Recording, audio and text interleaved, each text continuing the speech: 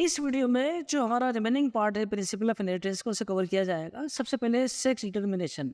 Sex determination का मतलब क्या होता है? इसका मतलब ये होता है कि ऑफस्प्रिंग्स का सेक्स वेदर मेल और फीमेल ये हमें पहले ही पता लग जाए, यही सेक्स डिटर्मिनेशन होता है। आपके सिलेबस के पॉइंट ऑफ व्यू से जो सेक्स डिटर्मिनेशन है वो 3 टाइप का दिया हुआ है। एक XO टाइप है, एक XY टाइप है, एक ZW टाइप है। तीनों की बात यहाँ की गई है, एक एक करके बात करते हैं। जो XO टाइप का सेक्स डिटर्मिनेशन है उसमें आपकी किताब के हिसाब से एग्जाम्पल याद रखने लायक है, वो है ग्राउस हॉपर का XO टाइप का। इसमें क्या होने वाला है? XO टाइप के सेक्स डिटर्मिनेशन में क्या होने वाला है? जो मेल होगा वो हेटेरोगेमेटिक होगा और जो फीमेल होगी वो होमोगेमेटिक होगी। समझते हैं? मैं XO टाइप वाले की बात कर रहा हूँ। इसमें जो मेल रहेगा उसमें मुझे क्या देखने को मिलेगा? XO।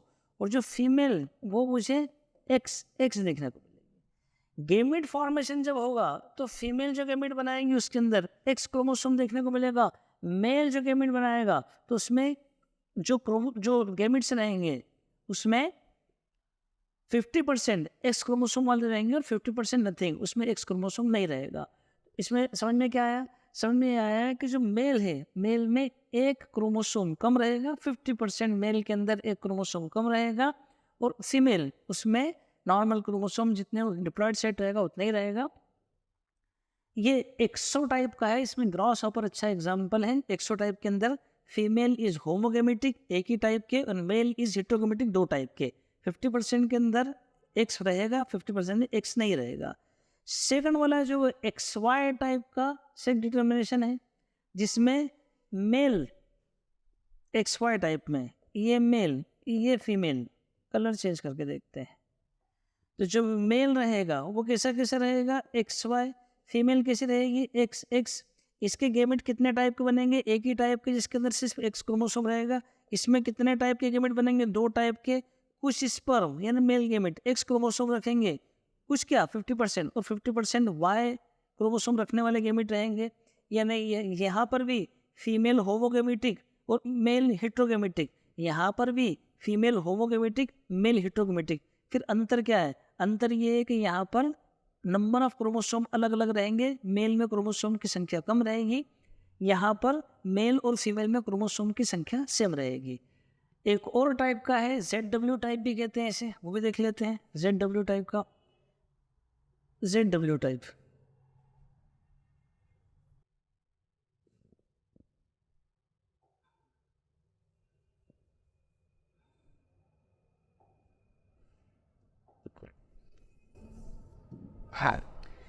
ZW वाला टाइप का कैसा है? ये ZW टाइप। तो ये कैसे कैसे देखने को मिलेगा हमें? हमें मिलेगा ZZ और ZW। इसमें क्या रहेगा? जो मेल रहेगा वो ZZ और जो फीमेल रहेगी वो ZW। तो जो फीमेल गेमेट बनेंगे 2 टाइप के बनेंगे, किसी में Z रहेगा, किसी में W रहेगा। और मेल गेमेट एक ही टाइप के बनेंगे, Z वाले। यानी यहाँ पर क्या हो रहा है? फीमेल हेटेरोगेमेटिक है और मेल होमोगेमेटिक है। ये किस में देखने को मिलेगा? तो आपकी किताब के हिसाब से बर्ड्स दूसरे भी ऑर्गेनिज्म है, लेकिन आपकी किताब में जो मेंशन किया बर्ड्स, उनके अंदर हमें ZW या ZZZW टाइप का सेक्स डिटर्मिनेशन देखने को मिलता है। क्या बस ये सेक्स डिटर्मिनेशन ही नहीं, बहुत ज़्यादा कहानी है इसकी। तो हार्मोन पर डिपेंड करता है, इवन से आपका नंबर ऑफ ऑटोसोम और एक्स क्रोमोसोम उसके रेशियो पर भी डिपेंड करता है, इवन एटमॉस्फेरिक एनवायरनमेंट पर भी डिपेंड करता है। वो सब आपके स्कोप के बाहर है। आपकी लेवल के हिसाब से तो ये 3 टाइप का सेक्स डिटर्मिनेशन हो जाएगा। एक और टाइप का है haploid diploid mechanism sex determination का। ये किन में देखने को मिलेगा? इसका एक अच्छा एग्जांपल है हनी बी। हनी बी में देखने को मिलेगा। हनी बी में क्या होता है? हनी बी में नंबर ऑफ क्रोमोसोम 32 क्रोमोसोम है। इनमें जो फीमेल होगी उनके अंदर ये 32 क्रोमोसोम और जो मेल होंगे उनमें होते हैं 16 क्रोमोसोम। यानी फीमेल डिप्लॉयड ट्वाइस इन और मेल जो होता है वो हेप्लॉयड होता है। गेमिट फॉर्मेशन जब होगा तो female meiosis reduction division RD लिख रहा हूँ मैं, मियोसिस रिडक्शन डिवीजन से एक फॉर्मेशन होगा, वो कितने का रहेगा? रिडक्शन डिवीजन में 16। मेल गेमिट बनाना है तो यहाँ पर जो मेल गेमिट बनेगा वो माइटोसिस से बनेगा और 16 का हमें स्पर्म देखने को मिल जाएगा, 61। तो ये 16 वाला एग और 16 वाला स्पर्म ये आपस में मिलकर एक जायगोट बनाएंगे, कितना 32 वाला। अभी जो 32 वाला जायगोट है ये फीमेल प्रोड्यूस करेगा, लेकिन वो फीमेल दोनों टाइप की हो सकती हैं, वो क्वीन भी हो सकती है और वर्कर भी हो सकती है। वर्कर ऐसा कब होगा, क्वीन में कब और वर्कर में कब, जब रॉयल जेली की फिटिंग कराई जाएगी, जो कि न्यूट्रिशनल फूड है। अगर इस फीमेल को रॉयल जेली की फिटिंग कराई जाएगी तो क्वीन में डेवलप हो जाएगी, और अगर उसे थोड़ा इन्फीरियर टाइप का पोलन ब्रेड जैसा थोड़ा इन्फीरियर टाइप क्वालिटी का फूड दिया जाएगा तो वर्कर में डेवलप हो जाएगी। तो सिंपल सामान्य बात हो गई। लेकिन मेल कैसे डेवलप होगा, मेल तो होता है हेप्लॉइड, वो डेवलप कैसे होगा, तो क्या होगा, वही कोई फीमेल गेमिट रहेगा रिडक्शन डिवीजन से 16 वाला, और वो उस समय माइटोसिस होकर वो ड्रोन में बदल जाएगा, ड्रोन में बदल जाएगा मेल। तो फिर मेल कैसे रहने वाला है, हेप्लॉइड रहने वाला है। इस मेल की मदर तो होगी लेकिन इस मेल के फादर नहीं होंगे। फिर इस मेल के क्या होंगे, इस मेल के ग्रैंडफादर होंगे लेकिन इसके फादर नहीं होंगे। और ये कैसा रहने वाला है, हेप्लॉइड रहने वाला है। किस टाइप का होगा, हेप्लोडिप्लॉइडी। तो हेप्लोडिप्लॉइडी टाइप का सेक्स डिटर्मिनेशन वो हमें हनी बी में देखने को मिलने वाला है। ये सारा लिखा हुआ ही है, बताया मैंने आपको जो कुछ। तो आपकी किताब के हिसाब से 4 टाइप हो गए, XO, XY, ZW और ये हेप्लोडिप्लॉइडी। देन ये आपके काम की बात नहीं है। पेडिग्री एनालिसिस, अब पेडिग्री एनालिसिस ये अलग से क्यों पढ़ रहे हैं हम, इसलिए कि ह्यूमन बीइंग के केस में कई रिस्ट्रिक्शंस हैं। सेल्फिंग नहीं हो सकता है ना, आपका बिग क्रॉस टेस्ट क्रॉस ये सारी चीज़ें एग्जिस्ट नहीं करती ह्यूमन बीइंग के केस में। इसलिए हम क्या करते हैं, उनके केस में किसी भी ट्रेट को रीड करने के लिए फैमिली ट्री, उसका हिस्ट्री देखी जाती है फैमिली ट्री, तो उससे पता लगता है कि आने वाले ऑफिस फिल्म में उस ट्रेट के आने के चांसेस कैसे हैं, वो आने वाला है कि नहीं है। ये सारा का सारा एनालिसिस किया जाता है पेडिग्री एनालिसिस के अंदर। पेडिग्री एनालिसिस के अंदर हम उन्हीं ट्रेट्स को लेते हैं जो मेंडल की जो लॉज हैं उन्हें फॉलो करते हैं, उन सब के लिए यहाँ पर बात की जाएगी। कितने टाइप का हो सकता है, तो बीमारियाँ या ट्रेट कितने टाइप के होते हैं, डोमिनेंट होते हैं और रिसेसिव होते हैं, 2 टाइप के होते हैं। अभी जो डोमिनेंट है ये फिर 2 टाइप के हो सकते हैं, ऑटोसोमल भी हो सकते हैं, एक्स लिंक भी हो सकते हैं। रेसेसिव ये भी ऑटोसोमल हो सकते हैं, एक्स लिंक भी हो सकते हैं, और इवन एक वाई लिंक भी हो सकते हैं। इस तरह से 5 टाइप के ट्रेट हमें देखने को मिलते हैं। कौन कौन से मिलेंगे, एक हम मिल जाएंगे ऑटोसोमल डोमिनेंट, एक मिल जाएगा हमें ऑटोसोमल रिसेसिव, एक मिल जाएगा हमें एक्स लिंक डोमिनेंट, एक हमें मिल जाएगा एक्स लिंक रिसेसिव, एक मिल जाएगा वाई लिंक्ड। इस तरह की बीमारियों को, इस तरह के ट्रेट को रादर हम पेडिग्री में एनालिसिस कर सकते हैं। कुछ नियम कायदे, कुछ रूल्स हैं पेडिग्री के, एक नज़र वो भी देख लेते हैं क्या क्या है। कुछ सिंबल हैं वो इसमें मेंशन नहीं है तो मैं बता देता हूँ आपको शॉर्ट में कौन कौन से सिंबल होते हैं। जैसे मेल, उन्हें रिप्रेजेंट किया जाएगा, मेल्स को रिप्रेजेंट किया जाएगा स्क्वायर से, फीमेल को रिप्रेजेंट किया जाएगा सर्कल से, और अगर इनमें शेड कर दिया जाए, इन्हें शेडेड कर दिया जाएगा तो फिर ये अफेक्टेड इंडिविजुअल हो जाएंगे जिनमें ट्रेट प्रेजेंट रहेगा। इसी तरह से इनका मैरिज दिखाने के लिए, शादी दिखाने के लिए इन्हें हमें एक सिंगल लाइन से जोड़ना पड़ेगा। तो मैरिज दिखाने के लिए सारी चीज़ें बता देता हूँ। मैरिज दिखाने के लिए इन्हें सिंगल लाइन से जोड़ना पड़ रहा है, हॉरिजॉन्टल लाइन, और वर्टिकल लाइन जो होगी और उससे जब ये निकलेंगे, इससे जब ये शो करेंगे हम, ये क्या बता रहे हैं, ऑफस्प्रिंग बता रहे हैं। ये पेरेंटल जनरेशन हो जाएगी, ऑफस्प्रिंग हो जाएगी। जनरेशन्स को हम इस तरह से रोमन न्यूमरल से रिप्रेजेंट करते हैं, इनके नंबर को अरेबिक नंबर से रिप्रेजेंट करेंगे। ये जो दिखा रहा हूँ मैं आपको, जैसे एक सर्कल बताया, यहाँ पर एक सर्कल बताया, यहाँ पर एक स्क्वायर बताया, ये रिप्रेजेंट करेगा क्रोनोलॉजिकल सीक्वेंस, यानी पहले इसकी बर्थ हुई है, देन इसकी बर्थ हुई, देन इसकी बर्थ हुई। इस तरह से और भी हैं, जैसे कॉन्सिक्वेंस मैरिज, उसको दिखाने के लिए हम ऐसी डबल लाइन, 2 लाइन शो करते हैं। इसी तरह से ट्विन बताने के लिए हम एक ही पॉइंट से उन्हें रिलीज करते हैं। अब वो ट्विन कैसे कैसे हो सकता है, ये भी ट्विन हो सकता है और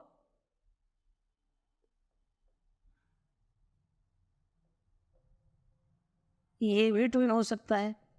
तो ये वाला ट्विन होगा तो इसके चांसेस क्या रहेंगे, मोनोजाइगोटिक के, तभी इनके सेक्स सेम रहेंगे दोनों फीमेल। और ये कैसा रहेगा, अलग अलग है, ये डाइजाइगोटिक ट्विन के लिए होगा। तो मोनोजाइगोटिक ट्विन या तो ऐसा दिखेगा आपको, या मोनोजाइगोटिक ट्विन आपको ऐसा भी दिख सकता है, और डाइजाइगोटिक ट्विन वो आपको ऐसा दिख सकता है, इवन भी ऐसा भी हो सकता है। वो डिपेंड करेगा कि दोनों ओवा को, दो अलग अलग ओवा को दो अलग अलग स्पर्म अगर फर्टिलाइज करेंगे तो डाइजाइगोटिक ट्विन आएगा। मोनोजाइगोटिक ट्विन एक ही जाइगोट के दो पार्ट हो गए, उनसे ऑफस्प्रिंग डेवलप होंगे, एम्ब्रियो डेवलप होगा, वो मोनोजाइगोटिक ट्विन कहलाएगा। ये कुछ सिम्बॉल्स थे, ये क्लोज रिलेटिव के बीच में होने वाले मैरिज उसे रिप्रेजेंट करते हैं। इससे 2 लाइन है, डबल लाइन है। देन अब ये जो ट्रेड्स हैं, जैसे डोमिनेंट है, at least 1 member in the generation will have the disease. Actual में इसे तो किया जा सकेगा, जब तक आप पेडिग्री चार्ट नहीं बनाओगे तब तक इसे नहीं किया जा सकता। एक आध ट्राई करके देखते हैं। जैसे फॉर एग्जांपल मैंने ये ड्रॉ किया,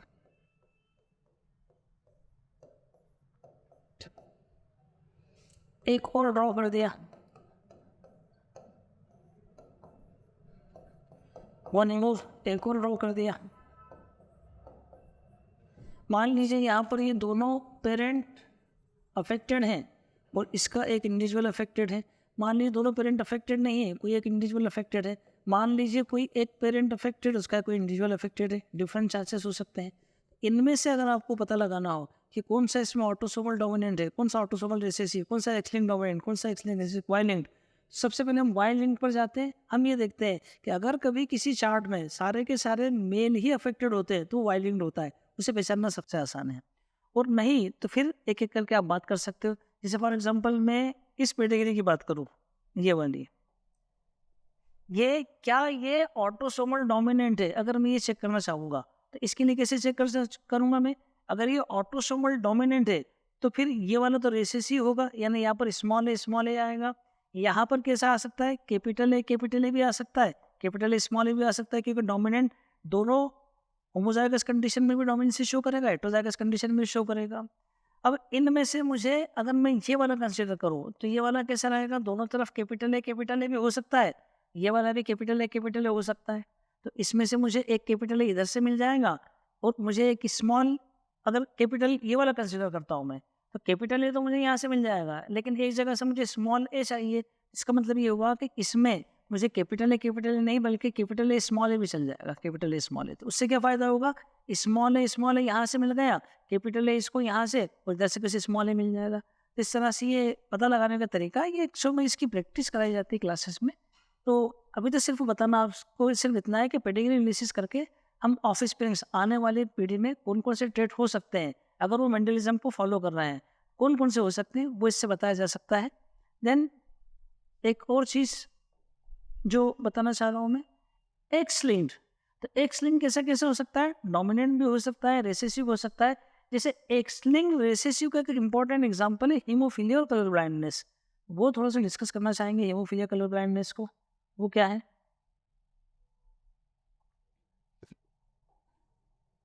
देखते हैं इन्होंने मेंशन क्या है ना। तो ये ऑटोसोमल भी हो जाएगा और रेसेसिव, ऑटोसोमल डोमिनेंट भी, ऑटोसोमल रेसेसिव भी है।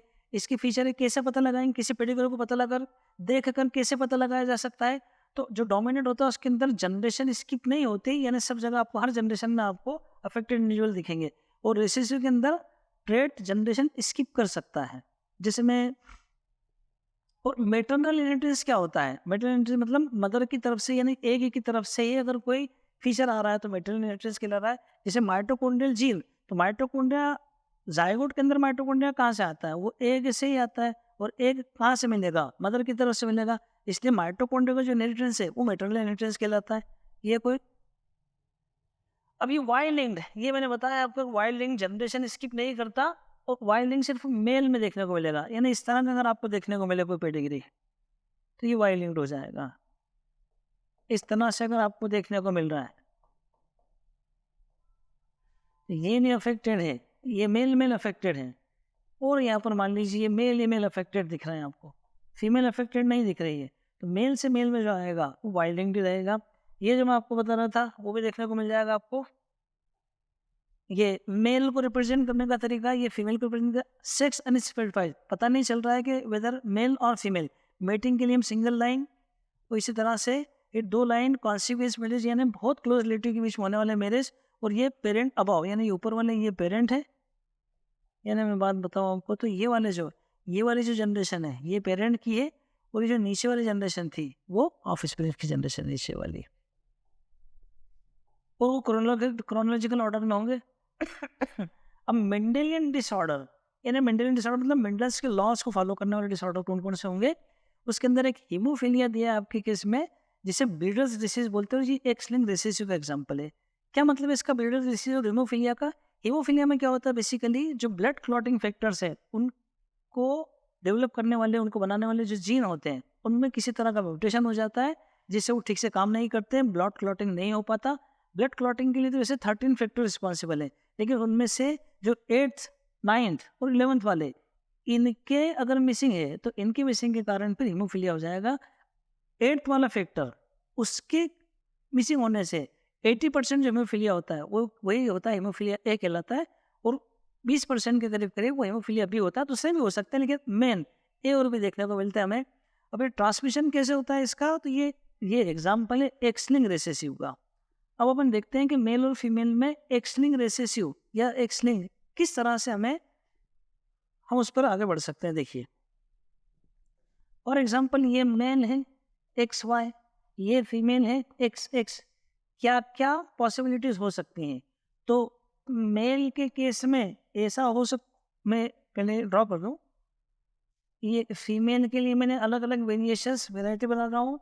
मेल के केस में क्या क्या हो सकता है? मेल या तो ऐसा सामान्य हो सकता है, और कलर ब्लाइंड के लिए एक्चुअल में क्या है, ये रेसेसिव, एक्स लिंक्ड रेसेसिव है। तो फिर अगर कभी ये ऐसा सिंपल ऐसा मिलता है मुझे x linked recessive, small C मिल रहा है कलर ब्लाइंडनेस के लिए, या अगर हीमोफीलिया है तो उसके लिए अपन एज बना देते हैं, हम एज बना देंगे हीमोफीलिया के लिए।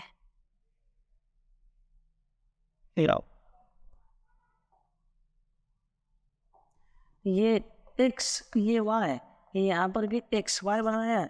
हीमोफीलिया की अगर मैं बात कर रहा हूँ तो हीमोफीलिया के लिए अपन स्मॉल एच लिख सकते हैं। एक तो ये ऐसा हो सकता है, एक ऐसा हो सकता है। तो ये वाला जो होगा ये कैसा होगा, नॉर्मल, नॉर्मल मेल। और ये कैसा होगा, अफेक्टेड, अफेक्टेड होगा। इसी तरह से अगर मैं फीमेल की बात करूँ, इस तरह का अगर कॉन्फ़िगरेशन है, ये भी हो सकता है, एक ऐसा भी हो सकता है, एक ऐसा भी हो सकता है। ये वाली फीमेल नॉर्मल, ये वाली फीमेल अफेक्टेड। क्यों अफेक्टेड, क्यों? और ये वाली कैरियर, ये अफेक्टेड है इसलिए क्योंकि ये रेसेसिव है। रेसेसिव कब कंडीशन, रेसेसिव किस कंडीशन में अपने आप को एक्सप्रेस करता है, होमोलॉगस कंडीशन में एक्सप्रेस करता है। यहाँ पर होमोलॉगस इसलिए एक्सप्रेस कर देगा अपने आप को, ये कैरियर रहेगा। यानी चूंकि रेसेसिव है इसलिए रेसेसिव सिंगल लोकस के केस में तो एक्सप्रेस कर ही नहीं पाएगा, इसलिए ये कैसा रहेगा, कैरियर। तो मेल कैसा कैसा हो सकता है, मेल ये तो नॉर्मल रहेगा या अफेक्टेड रहेगा। फीमेल कैसी कैसी हो सकती है, फीमेल नॉर्मल भी हो सकती है, अफेक्टेड इंडिविजुअल भी हो सकती है फीमेल, और फीमेल कैरियर भी हो सकती है। तो किस तरह से फिर इससे रिलेटेड न्यूमेरिकल्स आते हैं वो किए जा सकते हैं। तो transmission from unaffected carrier female to some of the male progeny, यानी इसमें क्या होता है कि मेल से फीमेल और फीमेल से मेल, इस तरह से ये इंडिविजुअल ये ट्रेड आगे बढ़ता है पीढ़ी में। तो ये कहलाता है क्रिस क्रॉस इनहेरिटेंस, मेल से फीमेल और फीमेल से मेल, या मेल से फीमेल, फीमेल से मेल के अलावा ऐसा भी हो सकता है फीमेल से मेल और मेल से फीमेल, उसे भी क्रिस क्रॉस इनहेरिटेंस कहते हैं, जिसके अंदर बीच में एक अलग सेक्स और ऊपर नीचे, यानी मेल से फीमेल, फीमेल से male, criss cross inheritance. Female से मेल और मेल से फीमेल, ये भी क्रिस क्रॉस इनहेरिटेंस रहेगा। अलग अलग नाम है इनके। ये हो जाएगा आपका ट्रांसमिशन हो रहा है। इसमें हो क्या रहा है, जैसे ये होगा क्या इसके अंदर, हीमोफीलिया के अंदर होगा क्या, हीमोफीलिया के अंदर ब्लड क्लॉटिंग नहीं हो पाएगा। सबसे पहली बार रॉयल फैमिली में देखा गया था, जिसमें एक प्रिंस को बहुत छोटे से एक्सीडेंट से इतना ब्लीडिंग हो गया था कि उसकी डेथ हो गई थी। फिर बाद में पता लगा कि जो क्वीन विक्टोरिया है उनमें उनके एक्स क्रोमोसोम में ये जो जगह है जहाँ पर ब्लड क्लॉटिंग के फैक्टर है उसमें म्यूटेशन हो गया है, जिसके कारण से ये उस फैमिली की फैमिली ट्री के अंदर, ये फैमिली के आने वाले ऑफिस के अंदर ये आया निकल कर। एक एग्जाम्पल से मैं और अच्छे से क्लियर करना चाहूँगा। फॉर एग्जाम्पल हमें क्रॉस करके देखते हैं। फॉर एग्जाम्पल कोई एक हीमोफिलिक मेल है तो उसके लिए एक्स एच वाई लिखेंगे, और मान लीजिए कोई एक नॉर्मल फीमेल है तो उसके लिए एक्स एक्स लिखेंगे। इसमें किस टाइप के गैमेट बनेंगे, एक टाइप के एक्स वाले, इसमें किस टाइप के बनेंगे, दो एक्स एच और वाई वाले। जब इसको और इसको मिलाएंगे तो कैसा आ जाएगा, एक्स एक्स एच, और इसको इसको मिलाएंगे तो कैसा आ जाएगा, एक्स वाई। इस केस में जो मेल होगा एक्स वाई वो नॉर्मल होगा, जो फीमेल रहेगी वो कैरियर रहेगी। कभी भी हीमोफीलिया में फीमेल सर्वाइव नहीं करती, एब्राइडल कंडीशन में समाप्त हो जाती, यानी इस टाइप की फीमेल आपको देखने को ही नहीं मिलेगी। एक और करके देखते हैं, एक चीज और करके देखते हैं, एक एग्जांपल और लेते हैं। मान लीजिए कोई एक मेल, ये मेल मैंने, ये फीमेल, मेल मान लीजिए कलर ब्लाइंड है, या अब हीमोफीलिया की बात करें, हीमोफीलिक है तो XHY। फीमेल अगर करियर है तो कैसे हो जाएगी XXH। तो यहाँ पर जो गैमेट बनेंगे कैसे बनेंगे XXH और Y। यहाँ पर जो गैमेट बनेंगे कैसे बनेंगे X और XH वाले, ये गैमेट से सारे मिलाएंगे आपस में, इसको और इसको मिलाया तो क्या आएगा XXH, इसको और इसको मिलाएंगे तो क्या आएगा XHXH, इसको और इसको मिलाएंगे तो क्या आ जाएगा XY, इसको और इसको मिलाएंगे तो क्या आ जाएगा XHY। इस केस में ये वाली फीमेल कैसी है करियर, ये वाली फीमेल हीमोफिलिक, ये वाला मेल नॉर्मल, ये वाला मेल हीमोफिलिक। इस तरह से अलग अलग वैरायटी आ सकती है। ये तो स्टिल बर्थ यानी एम्ब्रियोनिक कंडीशन में ये फीमेल तो समाप्त हो जाएगी। तो इस तरह से हीमोफीलिया उसकी ट्री से यूँ पता लगाया जा सकता है। तो ये हीमोफीलिया के बारे में हो गया। देन नेक्स्ट,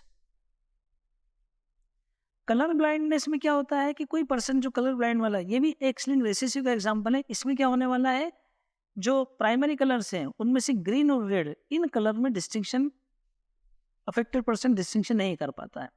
इसे पता कैसे लगता है कि ग्रीन और रेड में डिस्टिंक्शन नहीं कर पा रहा है, इसके लिए इशिहारा चार्ट, एक चार्ट यूज़ किया जाता है जिसे इशिहारा चार्ट कहते हैं। कैसे काम करता है वो बता रहा हूँ मैं। फॉर एग्जांपल जैसे चार्ट कैसे बनेगा, उसके अंदर ये डॉट बने हैं, मान लीजिए ये ऐसे डॉट बने हैं, अलग अलग रहता है उसके अंदर, ये डॉट बने हैं। तो उसमें वो क्या करते हैं कि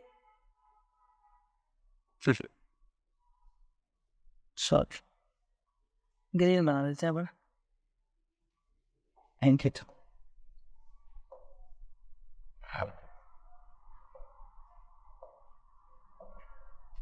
ये सब मान लीजिए 1 लिखा हुआ ये। तो जो कलर ब्लाइंड पर्सन होगा उसी देखने को नहीं मिल पाएगा, वो डिस्टिंग्विश नहीं पाएगा कर पाएगा रेड और ग्रीन के अंदर। ये कलर ब्लाइंडनेस में ये वाला काम होने वाला है। ये भी एक एक्स लिंक्ड रिसेसिव है। इसके लिए बस ये है कि लीथल नहीं रहेगा, अफेक्टेड इंडिविजुअल, इसमें डेथ नहीं होगी, इसमें वही सब हो सकता है जैसे मैंने आपको बताया।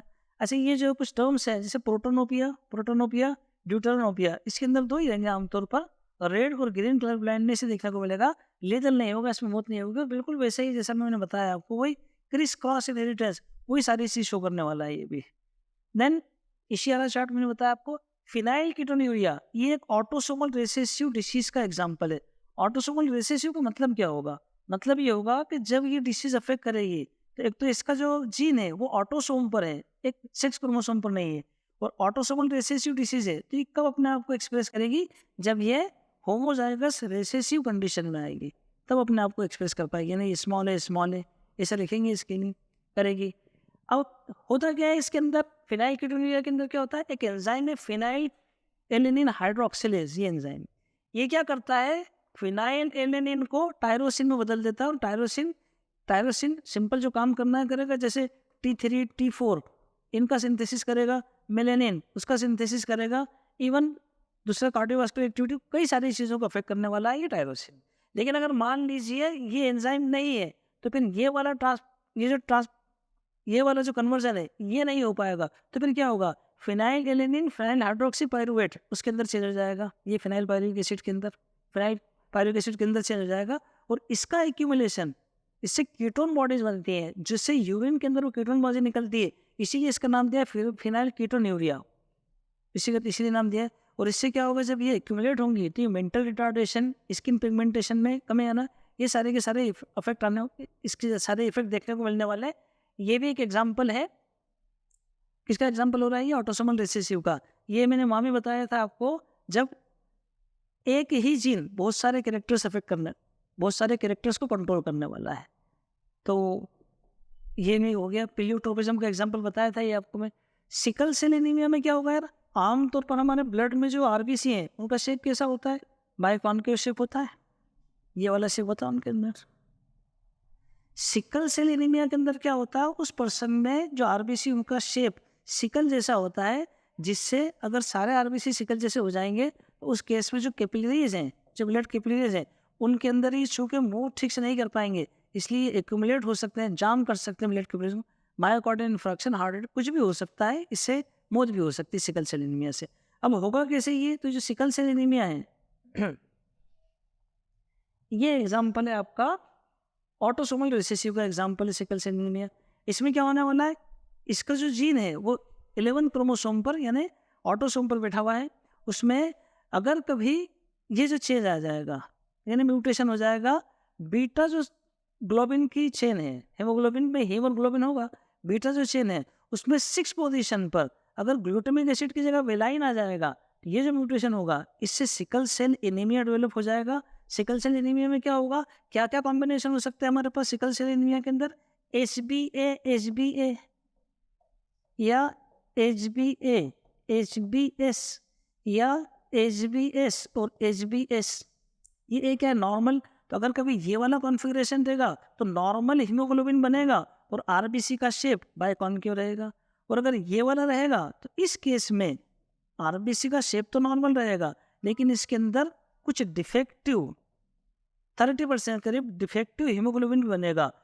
और ये वाला पर्सन नॉर्मल काम करता रहेगा, लेकिन अगर ऑक्सीजन का टेंशन कम है तो उस केस में उसमें ये जो 30% वाला है ये उस समय फिर ये जो आरबीसी उसे सिकल सेल में बदलेगा और जो पर्सन है उसे दिक्कत आ सकती है। इसलिए ये सामान्य जिंदगी जिएगा, लेकिन अगर ऑक्सीजन का टेंशन कम जैसे पहाड़ वगैरह पर गए तो उस केस में फिर ये आरबीसी सिकल शेप में चेंज हो जाएगा, उसे परेशानी हो सकती है। और HbS ये वाला पर्सन तो स्टिल बर्थ यानी सर्वाइव ही नहीं कर पाएगा, ये तो फिटस कंडीशन एम्ब्रियोनिक कंडीशन में ही एक्सपायर हो जाएगा। ये सिकल सेल एनीमिया के अंदर क्या हो रहा है, डिफेक्टिव हेमोग्लोबिन बन रहा है। क्यों डिफेक्टिव हेमोग्लोबिन बन रहा है? हेमोग्लोबिन बनाने वाली जो बीटा चेन है उसको बनाने वाला जो जीन है उसके अंदर म्यूटेशन हुआ है, बीटा 6 पोजीशन पर ग्लूटामिक एसिड की जगह वेलाइन आ जाए, ये सिकल सेल एनीमिया। देन आगे और बढ़ते हैं, ये कैसा है, ऑटोसोमल रिसेसिव डिसीज है। नेक्स्ट आगे अगली बात, ये म्यूटेंट हेमोग्लोबिन बंडल को पॉलीमराइजेशन तो ये बताया मैंने आपको सिकल सेल एनीमिया के लिए। ये रही 6 पोजीशन पर, यहाँ 6 पोजीशन पर GAG ग्लूटामिक एसिड की जगह आ जाएगा GUG। तो फिर ये ग्लूटामिक एसिड की जगह क्या बन गया, वेलाइन बन गया। इससे वो HbA और HbS, तो यहाँ पर जो बन रहा था सामान्य बन रहा था HbA और यहाँ पर बनने लगेगा HbS, sickle cell anaemia. Then next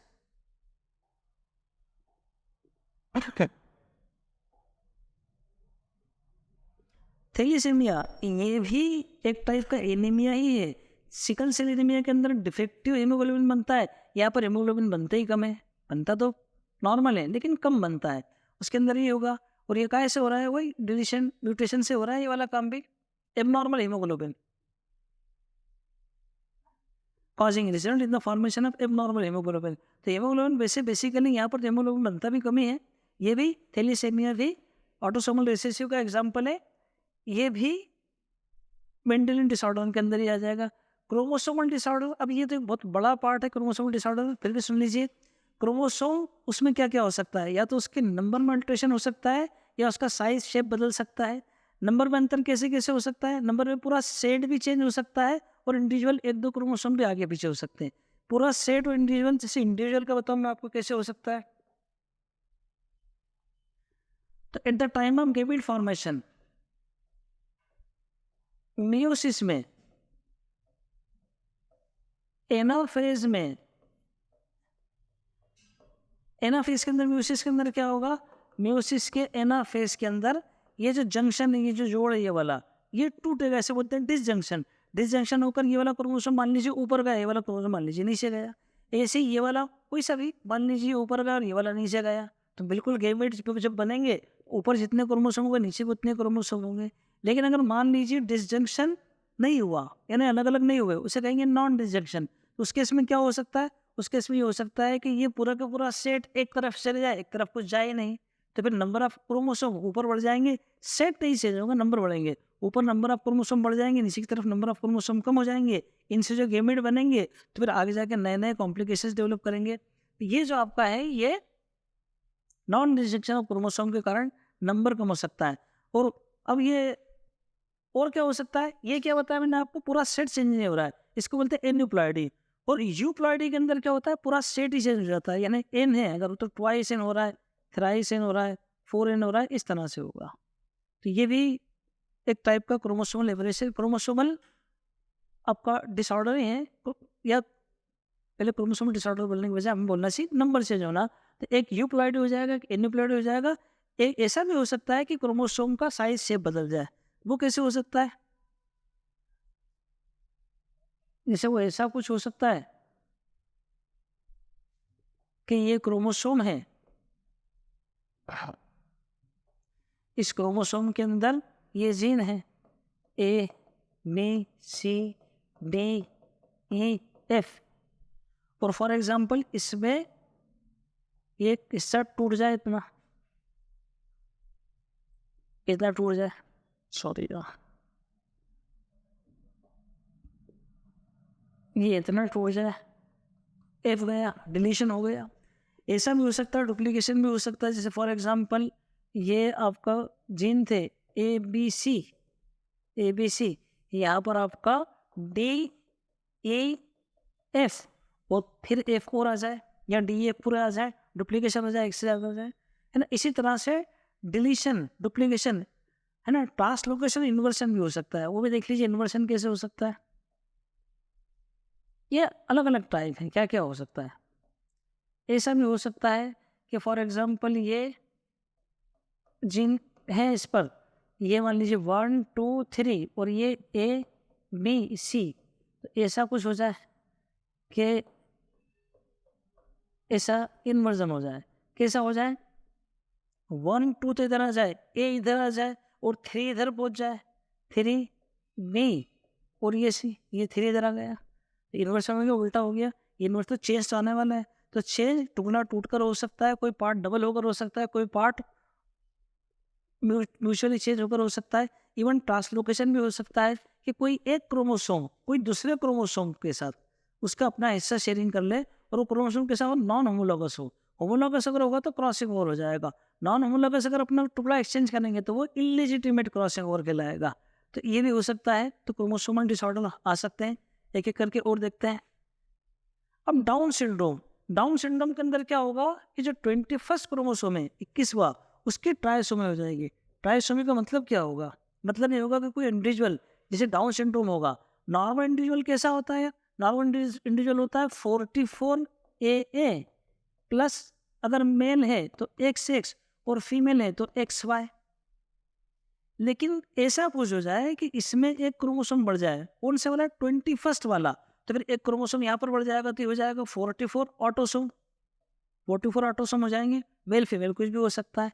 तो 44 ये हो जाएंगे, 45 सॉरी ये हो जाएंगे, और 2 क्रोमोसोम ये, या तो मेल या फीमेल, तो ऐसा करके ये हो जाएंगे 47 क्रोमोसोम। तो अगर ऑटोसोम यानी इसमें, इस केस में स्पेशली 21वें क्रोमोसोम में ट्राइसोमी हो गई, यानी उसके 3 मेंबर आ गए, तो फिर ये डाउन सिंड्रोम कहलाएगा। कैसे होता है एक बार और देख लीजिए, कैसे होगा, कैसे समझ लीजिए।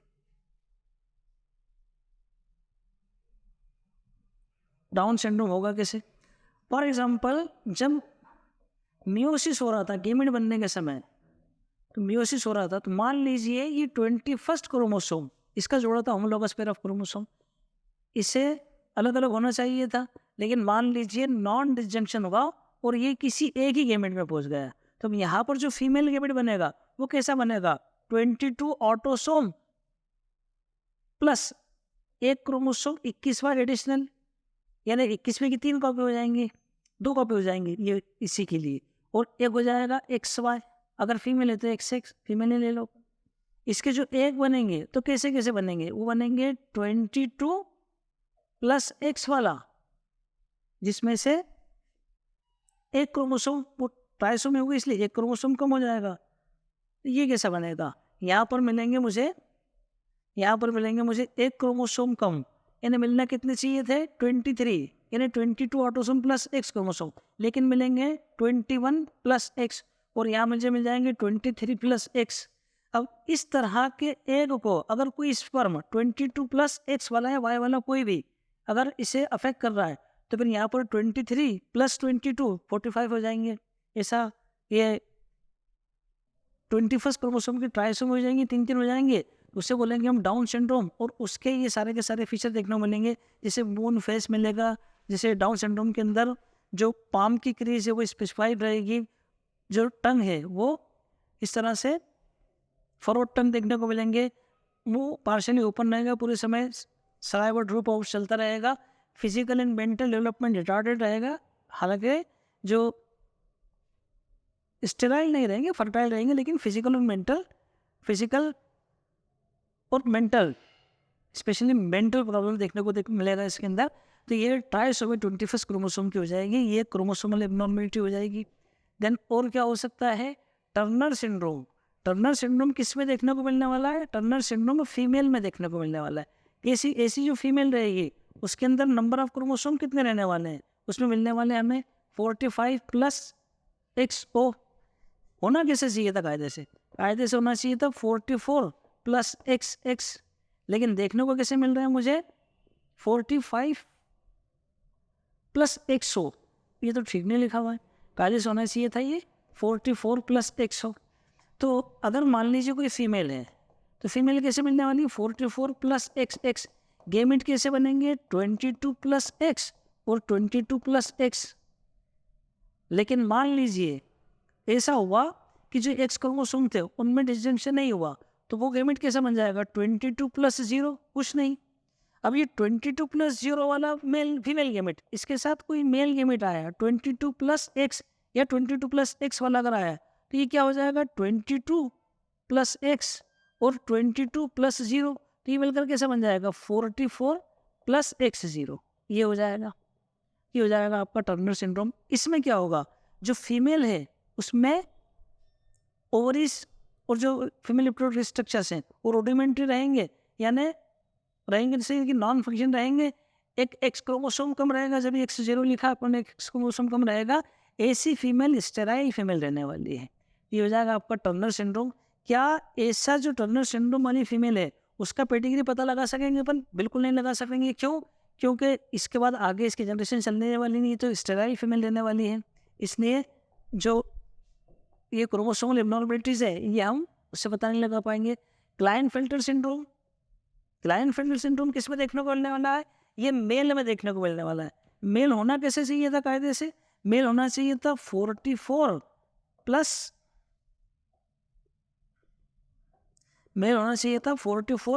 XY वाला, लेकिन यहाँ पर मेल कैसा मिलना है हमें 44 + XXY, यानी इसमें क्या हो रहा है, एक एडिशनल एक्स क्रोमोसोम हमें देखने को मिल रहा है। ये वाला एक एडिशनल एक्स क्रोमोसोम देखने को मिलने वाला है, यानी इसके अंदर फीमेल वाला कॉम्बिनेशन भी देखने को मिल रहा है, फीमेल वाला कॉम्बिनेशन में देखने को मिल रहा है और ये मेल वाला कॉम्बिनेशन में देखने को मिल रहा है। तो ये है क्या, बेसिकली ये मेल रहेगा क्लाइनफेल्टर सिंड्रोम वाला। इसमें वो टेस्टिस रूडिमेंट्री नॉन फंक्शनिंग, ये भी स्टेराइल होगा, और इसमें खास बात ये रहेगी जैसे गायनोकोमेस्टिया यानी डेवलपमेंट ऑफ ब्रेस्ट हो जाएगा मेल के अंदर, और क्योंकि इसके अंदर दोनों टाइप के हैं, फीमेल वाला कॉम्बिनेशन भी है, मेल वाला कॉम्बिनेशन भी है, इसलिए इसमें दोनों टाइप के फीचर देखने को मिलेंगे, मेस्कुलाइन फीमेलाइन दोनों देखने को मिलेंगे। ये भी काय का रिजल्ट है, ये भी नॉन डिसजंक्शन का रिजल्ट है। जब एक फॉर्मेशन हो रहा होगा उस समय अगर नॉन डिसजंक्शन रहेगा तो दोनों एक्स क्रोमोसोम एक के पास चले जाएंगे और एक के पास एक्स क्रोमोसोम नहीं जाएगा। जिसे करके देखते हैं इसको भी क्या क्या हो सकता है। फॉर एग्जाम्पल गेमेट बन रहे होंगे, नॉर्मल फीमेल मान लीजिए कोई फीमेल है, तो फीमेल कैसे रहेगी, फीमेल रहेगी XX 44 + XX। इनके जो गेमेट बनेंगे तो कैसे बनेंगे 22 + X और 22 + X बने। लेकिन मान लीजिए एक्स क्रोमोसोम ए की तरफ आ गए तो यहाँ पर कैसा हो जाएगा 22 + XX, यहाँ पर कैसा हो जाएगा 22 + कुछ भी नहीं। ये 22 + XX वाला एग, इसके साथ एक नॉर्मल स्पर्म मेल गेमेट कैसा रहेगा, मेल गेमेट 22 + X या 22 + Y वाला। मान लीजिए 22 + Y वाला गेमेट इसके साथ आकर जुड़ा तो कैसा हो जाएगा 44 + XXY। तो यहाँ पर भी ये ट्राइसोमी हो जाएगी, लेकिन कैसी है, सेक्स क्रोमोसोम की ट्राइसोमी हो जाएगी। टोटल क्रोमोसोम कितने होने वाले हैं 44 + XXY, यानी 47 क्रोमोसोम हो जाएंगे। या कायदे से 44 होना चाहिए। ये हो जाएगा आपका क्लाइनफेल्टर सिंड्रोम। तो ये जो कुछ था आपके सामने, ये प्रिंसिपल ऑफ इनहेरिटेंस चैप्टर का बहुत ही सुपरफिशियल, एकदम 12th क्लास के हिसाब का एक एनालिसिस था, एक उसका आपको समझाने की कोशिश की गई, डिस्कस किया गया। इनमें से कई चीज़ें ऐसी थी जिन्हें क्लास में डिस्कस करना ज़्यादा बेहतर होता है, क्लास में डिस्कस करना ज़्यादा फ्रूटफुल होता है। तो जैसे पेडिग्री एनालिसिस, उसकी प्रैक्टिस की जाती है, तो ये प्रैक्टिस वाला चैप्टर है। लेकिन फिर 12th क्लास के हिसाब से अगर आप एनसीईआरटी रीड करते हैं, इस वीडियो को देखते हैं, तो इससे आपको एनसीईआरटी समझने में मदद मिलेगी। इसी तरह से अगले टॉपिक्स की वीडियोस भी अवेलेबल रहेंगे। तो नेक्स्ट टॉपिक तक के लिए मैं आपसे फिर मिलूंगा नेक्स्ट टॉपिक के लिए। Thank you very much.